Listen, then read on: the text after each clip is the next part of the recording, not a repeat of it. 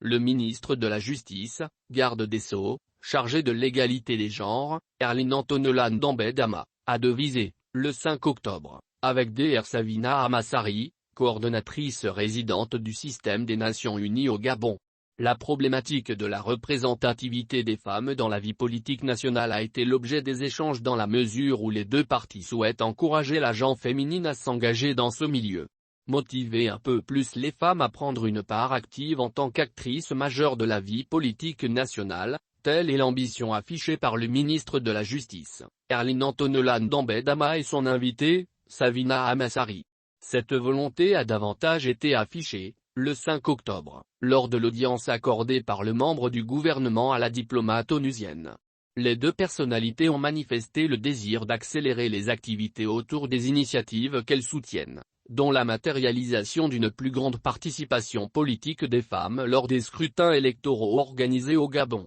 Selon la représentante résidente du système des Nations Unies, il y a encore peu de femmes présentes au Sénat et à l'Assemblée nationale en République gabonaise. Le Dr Savina Hamassary a ainsi souhaité sa mise en application, rappelant qu'elle a été adoptée par le Parlement et que 30% des femmes devraient normalement figurer sur les listes de candidatures présentées par les partis politiques en lice aux différentes élections. La rencontre a également été le lieu pour les partis de revenir sur les initiatives entreprises dans le domaine de la bonne gouvernance et des droits de l'homme. Dans ce sens, les Nations Unies ont un programme d'action visant à soutenir les États en matière de renforcement des capacités des institutions telles que la Commission nationale des droits de l'homme pour qu'elles s'arriment aux principes de Paris. Les principaux acteurs de la chaîne judiciaire sont eux aussi concernés par cette programmation. Concernant les droits de l'homme au Gabon, la diplomate est revenue sur les progrès réalisés par le pays à travers la préparation et la rédaction des rapports sur l'évaluation périodique universelle et la présentation,